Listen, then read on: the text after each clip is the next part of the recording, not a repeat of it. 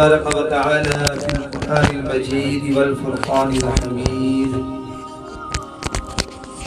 وقال طائفة من أهل الكتاب آمنوا بالذي أنزل على الذين آمنوا وجه النهار واكفروا آخره لعلهم يرجعون صدق الله العظيم وصدق رسوله النبي الكريم الأمين ونحن على ذلك لمن الشاهدين والشاكرين والحمد لله رب العالمين قال رسول الله صلى الله تعالى عليه وآله وسلم الدعاء موقوف بين السماء والأرض حتى تصلي على النبي۔ اللہ کے حبیب صلی اللہ تعالیٰ علیہ وآلہ وسلم کا فرمان ہے کہ دعا آسمان اور زمین کے درمیان معلق رہتی ہے اس وقت تک جب تم اپنے نبی کی ذات پر درود بھیجتے ہو، تمہاری دعا اللہ کے حضور پہنچ جاتی ہے۔ تو بحیثیت ایک مسلمان پیارے آقا صلی اللہ تعالیٰ علیہ وآلہ وسلم کے امتی ہمیں کثرت سے اپنے نبی کی ذات پر درود پڑھنا اپنا معمول بنانا چاہیے۔ علماء فرماتے ہیں جو 313 مرتبہ درود پڑھتا ہے وہ کثرت سے درود پڑھنے والوں میں شمار ہوتا ہے۔ اللہ مجھے بھی آپ کو بھی درود پڑھتے رہنے کی توفیق عطا فرمائے۔ میں معزز مہمان کرام کو خوش آمدید کہتا ہوں دل کے تہ گہرائیوں سے۔ ماشاءاللہ یہ حضرات تشریف لاتے ہیں، وقتاً فوقتاً ہمیں یہ سعادت عطا کرتے ہیں۔ اللہ ہمارے ان بزرگوں کا سایہ ہمارے سروں پر تا دیر قائم و دائم فرمائے۔ اللہ انہیں عمر خضری عطا فرمائے، صحت و سلامتی والی نیکیوں والی زندگی عطا فرمائے۔ سامعین دی وقار، مختصر سے وقت کے اندر چند باتیں آپ احباب کے گوش گزار کروں گا۔ دعائے خالق لم یزل کی بارگاہ میں اللہ وحدہ لا شریک مجھے حق کہنے، حق بیان کرنے، ہم سب کو سمجھنے، سننے، عمل کرنے کی توفیق عطا فرمائے۔ آج کا دور فتنوں کا دور ہے، اے روز نئے نئے فتنے معرض وجود میں ہو رہے ہوتے ہیں۔ اب اگر ہماری تربیت نہیں ہوگی، ہمیں معلوم نہیں ہوگا، ہم اویئر نہیں ہوں گے، نہ چاہتے ہو بھی ہم بھی ان فتنوں میں مبتلا ہو جائیں گے۔ اللہ پاک عافیت والا معاملہ نصیب فرمائے۔ ایک تو رجب المرجب کا مہینہ ہے، اس مہینے کے اندر مختلف بزرگوں کے دن آتے ہیں، جیسے 10 رجب المرجب کو حضرت سلمان فارسی رضی اللہ تعالی عنہ کا یوم ہے۔ حضرت سلمان فارسی رضی اللہ تعالی عنہ کو یہ اعزاز حاصل ہے، آپ حضرت عیسیٰ روح اللہ کے تابعی ہیں، ہمارے نبی کے صحابی ہیں۔ یہ اعزاز ہر ایک صحابی کو حاصل نہیں، لیکن حضرت سلمان فارسی رضی اللہ تعالی عنہ کو اللہ نے یہ اعزاز عطا کیا، اور یہاں تک کہ 10 سال تک بکتے بکاتے نبی کریم صلی اللہ تعالی علیہ وآلہ وسلم کے حضور پہنچے۔ یہ بھی میں انشاءاللہ آخر میں عرض کروں گا۔ میں نے آپ احباب کے سامنے جو قرآن کریم فرقان حمید کی ایک آیت کریمہ تلاوت کرنے کا شرف حاصل کیا ہے، اس میں اللہ تعالیٰ نے نبی کریم صلی اللہ تعالی علیہ وآلہ وسلم کی شان کے متعلق بیان کیا ہے۔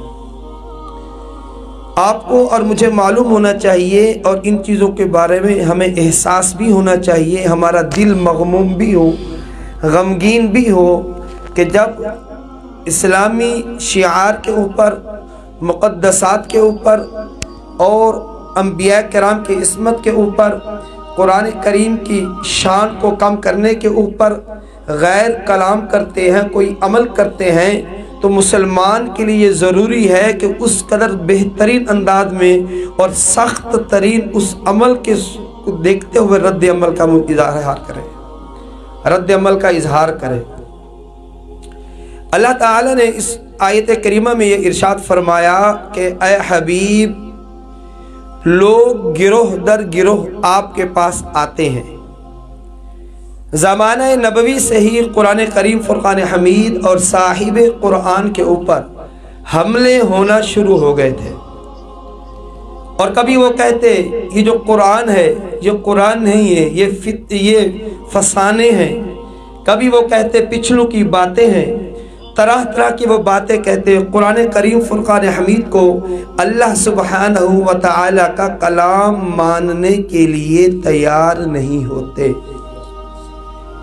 اور اس کام کے لیے باقاعدہ وہ ایک چال چلتے، کچھ لوگوں کو تیار کرتے اور کہتے کہ تم جاؤ محمد عربی کے لوگوں میں شامل ہو جاؤ اور ان کے ساتھ بیٹھو، اور کچھ دنوں کے بعد تم یہ کہو کہ جو قرآن یہ ہمیں سناتے ہیں بتاتے ہیں یہ خود سے تیار کر کے آتے ہیں۔ تو الغرض لوگ جاتے، ان کا ایک پروپیگنڈا ہوا کرتا تھا، اس کے تحت وہ بظاہر کہتے ہم مسلمان ہیں، لیکن پھر کچھ دنوں کے بعد منحرف ہو جاتے، اور اس وجہ سے کئی مسلمان جو کمزور تھے ابتدائی اسلام میں وہ بھی دین سے دور ہو جاتے۔ تو قرآن کریم فرقان حمید پر اور میرے اور آپ کے نبی کی ذات پر شروع سے ہی یہ حملے ہوتے رہے۔ ہر ذی شعور فہم و فراست کا حامل شخص یہ سمجھ سکتا ہے کہ جب کسی کے پاس کسی دعوے کو ثابت کرنے کے لیے دلیل موجود نہ ہو، پھر وہ اس طرح کی حرکتوں پر اتر آتا ہے، اس طرح کی چھوٹی چھوٹی باتیں کرتا ہے، غلط کام کرتا ہے، اور اپنے موقف کو درست کرنے کی کوشش کر رہا ہوتا ہے۔ تو وہ لوگ یہی کام کیا کرتے ہیں، نبی کریم صلی اللہ تعالی علیہ وآلہ وسلم کو تکلیف دینے کا کوئی بھی بہانہ جانے نہیں دیتے۔ اللہ تعالیٰ نے قرآن کریم فرقان حمید میں یہ ارشاد فرمایا، اے حبیب یہ لوگ اس طرح کی چالیں چل کر کے آتے ہیں اور یہ چاہتے ہیں کہ اللہ تبارک و تعالیٰ کے نور کو اپنی پھونکوں کے ذریعے بجھا دیں۔ فرمایا اللہ تبارک و تعالیٰ وسعت والا ہے، اللہ علم والا ہے، اللہ تبارک و تعالیٰ اس قرآن کی بھی اور صاحب قرآن کی بھی حفاظت کرنے والا ہے۔ یہ ناکام کوشش کرتے رہیں گے لیکن کبھی کامیاب نہیں ہوں گے۔ نبی کریم صلی اللہ تعالی علیہ وآلہ وسلم کے زمانے مبارکہ سے لے کر آج تک وقتاً فوقتاً زمانے بدلی ہوتے رہے، تبدیل ہوتے رہے، اور وہ اغیار کفار یہود و ہنود اسی طریقے پر عمل پیرا ہوتے رہے، اور میرے اور آپ کے نبی کی ذات پر کبھی قرآن کریم فرقان حمید پر اور کبھی اسلامی مقدسات کے اوپر حملے کرتے ہوئے نظر آتے ہیں۔ بحیثیت ایک مسلمان ہمیں افسوس بھی ہونا چاہیے اور اپنے دائرہ کار کے اندر رہ کر بھرپور طریقے سے اس کی مذمت بھی بیان کرنی چاہیے۔ وہ لوگ، وہ حکمران جو جسٹ دو چار باتیں کہہ کر سمجھتے ہیں ہم اپنا حق ادا کر چکے ہیں، انہیں سوچنا چاہیے۔ یہ ملک مملکت خداداد پاکستان جو لا الہ الا اللہ کے نام پر معرض وجود میں آیا، جس کی اسمبلیوں کے اندر آپ جاؤ آپ کو قرآنی آیات نظر آئیں، جن کے فورسز کے اداروں کے اندر آپ جاؤ آپ کو قرآنی آیات نظر آئے، جس کے عدالتوں میں آپ جاؤ وَإِذَا حَكَمْتُمْ بَيْنَ النَّاسِ أَن تَحْكُمُوا بِالْعَدْلِ لکھا ہوا، تحریر کیا ہوا، کندہ کیا ہوا آپ کو نظر آئے گا۔ لیکن جب قرآن کی شان کے بارے میں یہود و ہنود غیر لوگ غلط کومنٹس پاس کرتے ہیں، یہ سارے کے سارے وہ لوگ جو مملکت خداداد جو لا الہ الا اللہ کے نام پر معرض وجود میں آیا، قرآن کے نام پر کھا رہے ہوتے ہیں، قرآن کے نام پر پل رہے ہوتے ہیں، لیکن جب قرآن کی شان میں غلط باتیں بیان کی جا رہی ہوتی ہیں اس وقت یہ گنگے ہو کر کے بیٹھے ہوئے ہوتے ہیں، اور یہ عمل اللہ کو پسند نہیں ہے، نہ ہی اس کے حبیب کو پسند ہے۔ اللہ تعالیٰ اپنی اس کتاب جو کہ معجزہ ہے نا، یہ اللہ تعالیٰ نے انبیاء کو معجزے عطا کیے، ہمارے نبی کو دو معجزے عظیم، ویسے تو بہت سارے معجزے عطا کیے ہیں، دو معجزے عظیم ترین عطا کیے ہیں، ان میں سے ایک معراج کا معجزہ اور ایک قرآن کا معجزہ ہے۔ تو اس قرآن کے معجزے کو کم کرنے کے لیے جتنی کوشش کرتے رہیں اللہ تبارک و تعالی اس کی حفاظت کرنے والا خود ہے۔ فرمایا ہم نے اس کو نازل کیا اور ہم اس کی حفاظت کرنے والے۔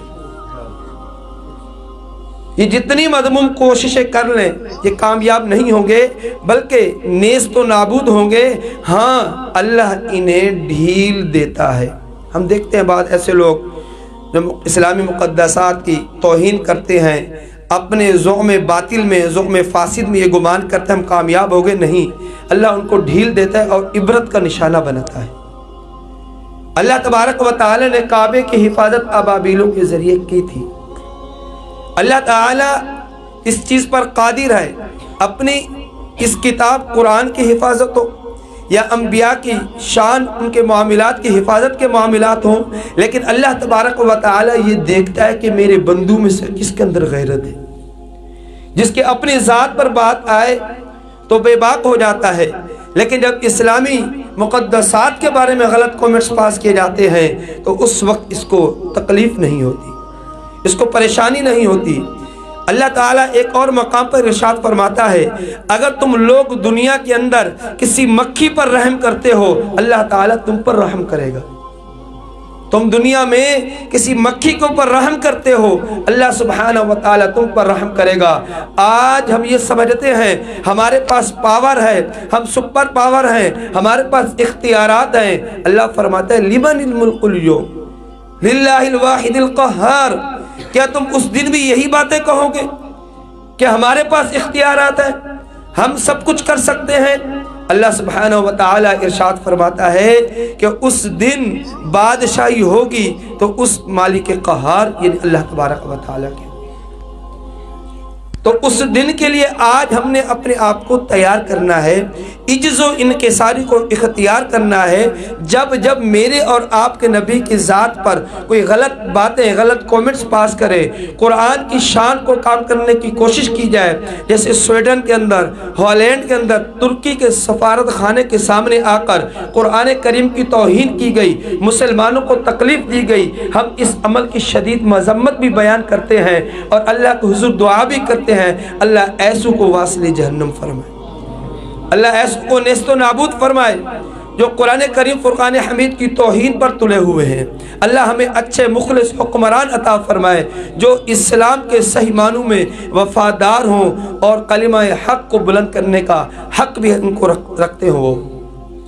ایسا نہیں ہے کہ غیر ہم بعض اوقات مروت میں آ کر معیشت کو دیکھ کر، دیگر معاملات کو دیکھ کر ہمارے حکمران بات نہیں کرتے ہیں، جبکہ قرآن میں اللہ نے واضح ارشاد فرما دیا ہے یہ تمہاری اتباع نہیں کریں گے، تمہاری پیروی نہیں کریں گے، صرف اسی صورت میں کریں گے جب تم ان کی ملت کو قبول کر لو، اور یہ ہلاکت ہی ہلاکت ہے۔ اللہ تعالی ہمیں اچھے صالح مخلص حکمران عطا فرمائے جو قرآن کے دفاع کے لیے اپنی جانوں کے نذرانے تو پیش کر دیں۔ چونکہ یہ رجب المرجب کا مہینہ ہے، حضرت خواجہ معین الدین چشتی اجمیری رحمۃ اللہ تعالی علیہ کا میں نے ایک قول پڑھا ملفوظات اجمیری کے اندر سلطان محمود غزنوی کے متعلق کہ سلطان محمود غزنوی قرآن کریم فرقان حمید کا بہت ادب کیا کرتا تھا۔ ہم مسلمان تو ہیں، جب ہم یہ چیزیں سنتے ہیں یار فلاں نے قرآن کی توہین کی، فلاں نے یہ عمل کیا، ہمیں بھی غور کرنا چاہیے ہم اپنے گھر میں موجود قرآن کا کتنا ادب کرتے ہیں، ہم قرآن کریم کی تلاوت کا ہمارا کیا معاملہ ہے۔ رمضان آنے والا ہے، گزشتہ رمضان سے لے کر آنے والے رمضان تک کتنے ختم میں پڑھ چکا ہوں، کتنے پارے میں مکمل کر چکا ہوں۔ پڑھے ہیں اللہ تیرا شکر ہے، نہیں پڑھے تو پڑھنے کی کوشش کرنی چاہیے۔ تو وہ غیر مسلم ہیں جن کا قرآن کریم فرقان حمید پر اعتقاد نہیں ہے، ہم تو مسلمان ہیں، قرآن کو ماننے والے ہیں۔ ایسا نہ ہو اللہ نے لاریب کتاب تو ہمیں عطا کر دی، لیکن ہم اس کو پڑھنے سے اور اس سے سعادت حاصل کرنے سے اپنے آپ کو محروم رکھیں۔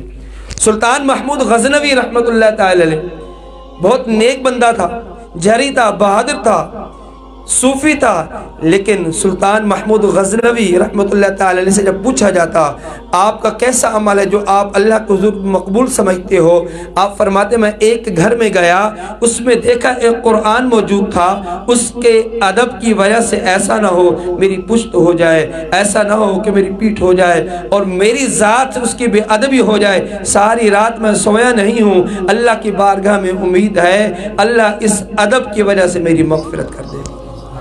یہ خواجہ معین الدین چشتی اجمیری رحمۃ اللہ تعالی علیہ ملفوظات اجمیری کے اندر ارشاد فرماتے ہیں سلطان محمود غزنوی سے متعلق۔ تو ہمیں بھی چاہیے ہم قرآن کریم فرقان حمید کے ادب کرنے والے بن جائیں۔ ہمیں یہ ادب صحابہ کی سیرت میں نظر آتا ہے۔ جیسا کہ میں نے عرض کی، حضرت سلمان فارسی رضی اللہ تعالی عنہ جو ایران میں پیدا ہوتے ہیں، کہاں پیدا ہوتے ہیں؟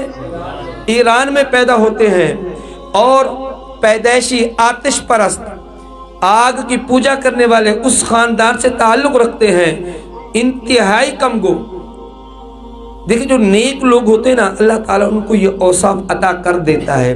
اللہ نے ہمیں 2 کان دیے ہیں سننے کے لیے، 1 زبان دی ہے بولنے کے لیے۔ ہم بولتے زیادہ ہیں، سنتے کم ہیں، جبکہ اللہ کا حکم یہ ہے کہ ہم بولیں کم اور سنیں زیادہ۔ تو جو نیک گو لوگ ان کی یہ اوصاف بیان کیے گئے ہیں، وہ کم گو ہوتے ہیں۔ سلمان فارسی رضی اللہ تعالیٰ عنہ، جیسے میں نے شروع میں عرض کی، ان کو یہ اعزاز حاصل ہے، حضرت عیسیٰ روح اللہ کے تابعی تھے، یعنی حضرت عیسیٰ روح اللہ کے جو صحابہ تھے ان کی زیارت جنہوں نے کی تھی، ان میں سلمان فارسی رضی اللہ تعالیٰ عنہ بھی تھے۔ سارا دن اس آگ کے سامنے بیٹھے رہتے، بات نہیں کرتے تھے، خاموش رہتے، لیکن اس مجوسیت سے، آگ کی پوجا کرنے سے بیزار بھی تھے۔ دل میں ایک تڑپ تھی، اس لیے ایران کو چھوڑا، شام کی طرف ہجرت کر کے گئے۔ شام میں جا کر کئی راہبوں کے پاس رہے، اس وقت کے کئی نیک لوگوں کے پاس رہے، اور ان سے پوچھتے رہتے، جب ان کا وقت وفات آتا، مجھے نیک بندے کی طرف بتا دو۔ وہ ہمارا محسن ہوتا ہے جو ہمیں نیک لوگوں کی طرف بھیجتا ہے۔ اچھا محسن، اچھا رفیق وہی ہوتا ہے جو آپ کو کوئی اچھا مشورہ دیتا ہے اور اچھے کام کی طرف، اچھے معاملے کی طرف آپ کو ریفر کرتا ہے۔ انسان کا جب مشن نیک ہوتا ہے، اس کا مقصد اچھا ہوتا ہے، اللہ تعالیٰ پھر خود رہنمائی اور اللہ پاک پھر جذبوں کو بھی تقویت عطا فرما دیتا ہے۔ تو سلمان فارسی رضی اللہ تعالی عنہ پوچھتے رہے، تو جب ایک راہب کے پاس اس راہب کا آخری وقت آیا اور وہاں پر آپ کا آخری اوقات گزر رہے تھے، تو اس نے کہا میں تمہیں یہ نصیحت کرتا ہوں، اب تم اس زمین میں جاؤ، اس شہر کے اندر جاؤ جو 2 پہاڑوں کے درمیان ہے اور جس میں کھجور کے درخت کثرت کے ساتھ ہیں، کھجور کے درخت کثرت کے ساتھ ہیں۔ وہاں پر ایک نبی آخر الزمان ہیں کہ جنہوں نے اعلان نبوت کیا ہے، ان کے دونوں کاندھوں کے درمیان مہر نبوت لگی ہوئی ہے۔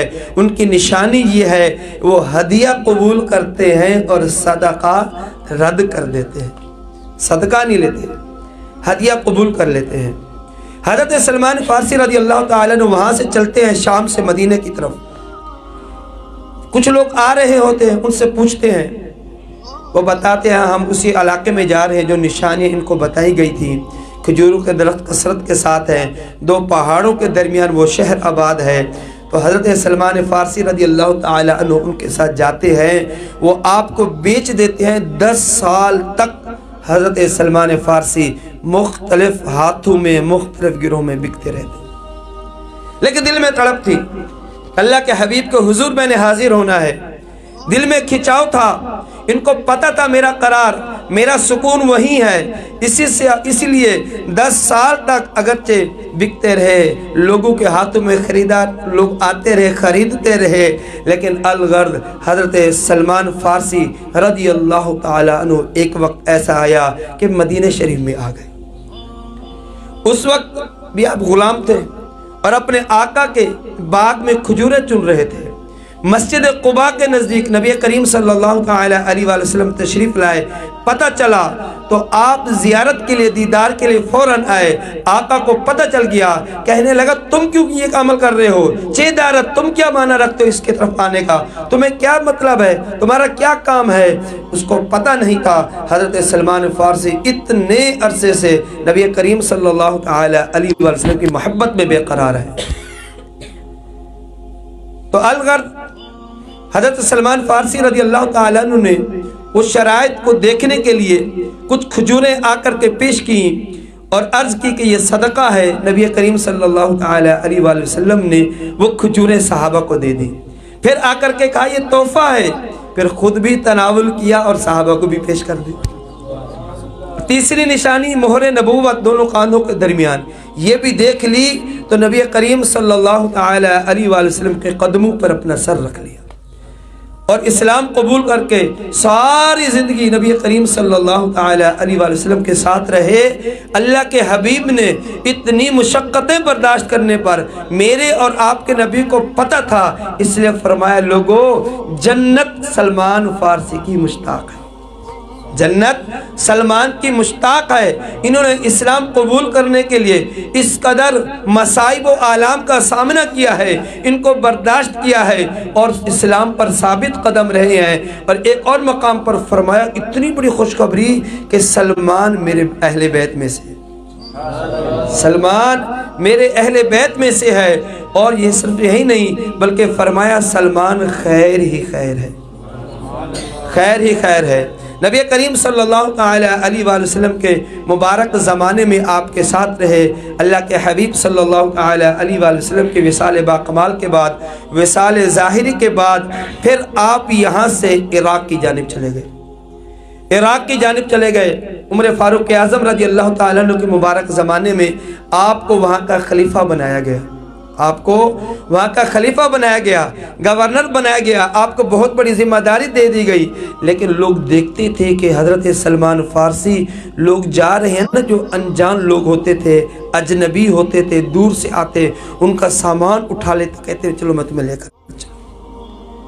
جب وہاں کے مقامی لوگ دیکھتے ان کی آنکھوں سے آنسو جاری ہو جاتے تھے، اے صاحب الرسول آپ یہ عمل کیسا کر رہے ہیں؟ فرمایا میں اس عمل پر راضی ہوں، اللہ تبارک و تعالی مجھ سے راضی ہو جائے۔ میں نے اپنے حبیب یعنی محمد عربی کو یہ عمل کرتے ہوئے دیکھا ہے، غریبوں کے غم گسار ہوا کرتے تھے، خیر خواہی کیا کرتے تھے، اس عمل کو اختیار کرتے ہوئے میں اس عمل کو اختیار کر رہا۔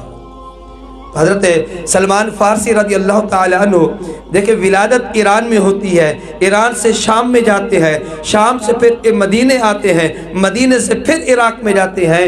10 رجب المرجب کو آپ کا وصال ہو جاتا ہے۔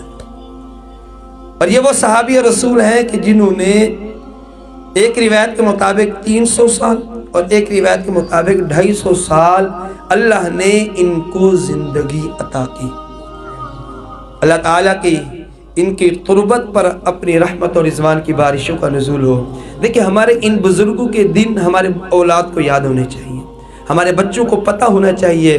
معاذ اللہ ثم معاذ اللہ، چاہے وہ کرسمس ڈے ہو، ویلنٹائن ڈے، اتنے فرسودہ دن ہوتے ہیں، اغیار نے، میڈیا نے، لبرل اور سوشل ازم کے جو تعلق سے رکھنے والے افراد ہیں، ان لوگوں نے ہمارے بچوں کے ذہنوں میں یہ باتیں تو بٹھا دی ہیں، لیکن ہمارے بچوں کے ذہنوں میں یہ باتیں نہیں بٹھائیں کہ بھئی خالد بن ولید کا دن کب آتا ہے، حضرت امام جعفر صادق رضی اللہ تعالیٰ عنہ کا دن کب آتا ہے۔ تو ہماری اولاد کو ان ہمارے بزرگوں کے بارے میں، ایسے 27 رجب شریف آ رہی ہے، امام جعفر صادق کا دن آ رہا ہے، امیر معاویہ رضی اللہ تعالیٰ عنہ کا دن آ رہا ہے، علی المرتضیٰ کا دن آ رہا ہے، تو ہماری اولاد کو ان کے بارے میں پتہ ہونا چاہیے۔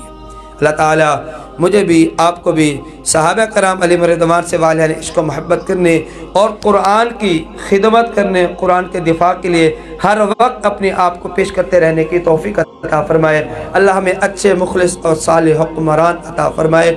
اور میں دعا گو ہوں اللہ پاک ہمارے ڈاکٹر صاحب کی اس محفل کو اپنی بارگاہ میں قبول فرمائے۔ تمام احباب کا آنا، نعت خوانی کرنا، پڑھنا، سننا اللہ تعالیٰ اپنی بارگاہ میں قبول و منظور فرمائے۔ آمین بجاہ النبی الامین وآخر دعوانا ان الحمد للہ رب العالمین۔